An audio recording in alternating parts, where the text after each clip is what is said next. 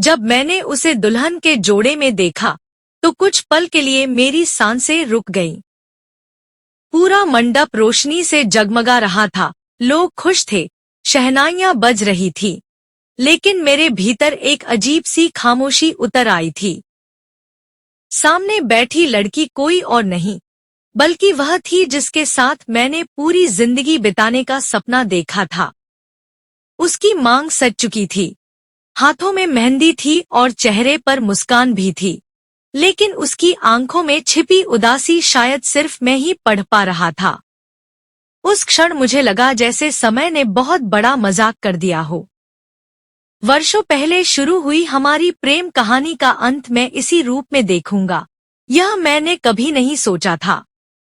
उसका नाम नंदिनी था। हमारी मुलाकात एक छोटे से कस्बे की पुस्तकालय में हुई थी। मैं अक्सर वहां किताबें पढ़ने जाता था और वह भी लगभग रोज आती थी।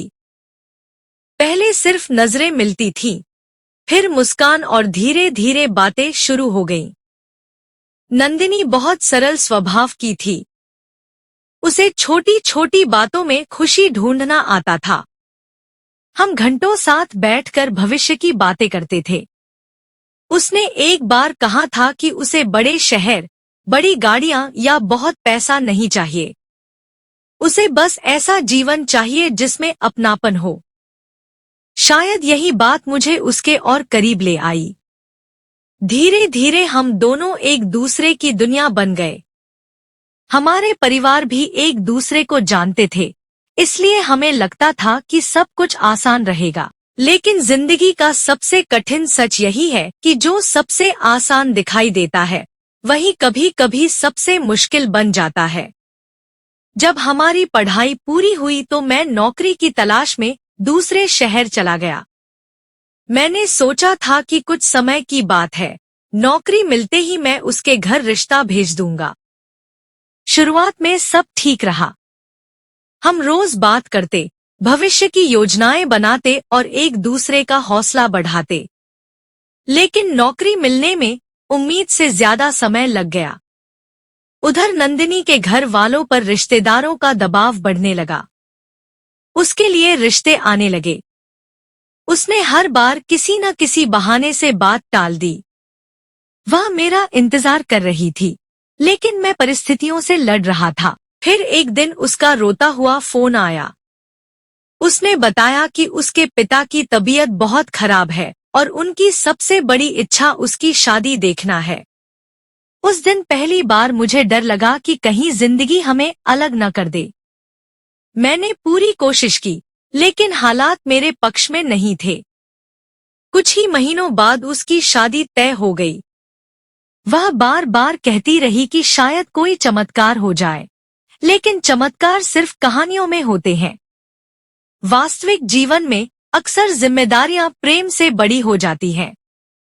शादी के दिन मैं वहां जाने का साहस नहीं जुटा पा रहा था, लेकिन न जाने क्यों दिल मुझे रोक भी नहीं पाया। मैं दूर खड़ा सब कुछ देखता रहा।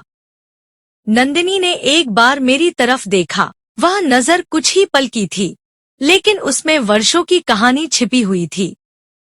उसमें शिकायत भी थी, दर्द भी था, प्रेम भी था और विदाई भी।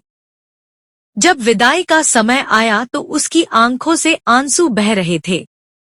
लोग समझ रहे थे कि वह अपने घर से बिछड़ने के कारण रो रही है, लेकिन मैं जानता था कि उसके आंसुओं में एक अधूरी मोहब्बत भी शामिल थी। वह कार में बैठी और धीरे धीरे मेरी नजरों से ओझल हो गई।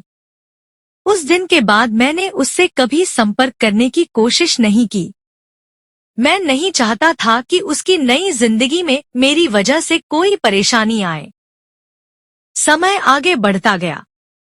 मैंने खुद को काम में व्यस्त कर लिया, लेकिन दिल का एक हिस्सा हमेशा उसी मंडप में अटका रहा जहां मैंने अपने पहले प्यार को किसी और का होते देखा था। कई साल बाद एक दिन मुझे डाक से एक छोटा सा लिफाफा मिला। उसमें सिर्फ एक पत्र था। वह नंदिनी का था। उसने लिखा था कि वह खुश है, उसका परिवार अच्छा है और जिंदगी ठीक चल रही है। लेकिन उसने यह भी लिखा कि कुछ रिश्ते कभी खत्म नहीं होते। वे बस याद बन जाते हैं। उसने लिखा कि अगर अगला जन्म सच में होता है तो वह चाहती है कि उस जन्म में हमारी कहानी अधूरी न रहे। पत्र के आखिरी शब्द पढ़ते हुए मेरी आंखें भर आईं। मैंने वह पत्र संभाल कर रख लिया। आज भी जब मैं उसे पढ़ता हूँ तो दर्द जरूर महसूस होता है, लेकिन पछतावा नहीं, क्योंकि मैंने समझ लिया है कि सच्चा प्रेम हमेशा पाने का नाम नहीं होता। कई बार प्रेम त्याग में भी जिंदा रहता है। नंदिनी मेरी जिंदगी में आज भी मौजूद है, किसी रिश्ते के रूप में नहीं, बल्कि एक ऐसी याद के रूप में जो समय के साथ और गहरी होती गई। उसकी कहानी ने मुझे सिखाया कि मोहब्बत का सबसे सुंदर रूप वह होता है जिसमें इंसान दूसरे की खुशी को अपनी इच्छा से ऊपर रख देता है। शायद इसी वजह से कुछ अधूरी प्रेम कहानियां पूरी कहानियों से कहीं ज्यादा याद रखी जाती हैं।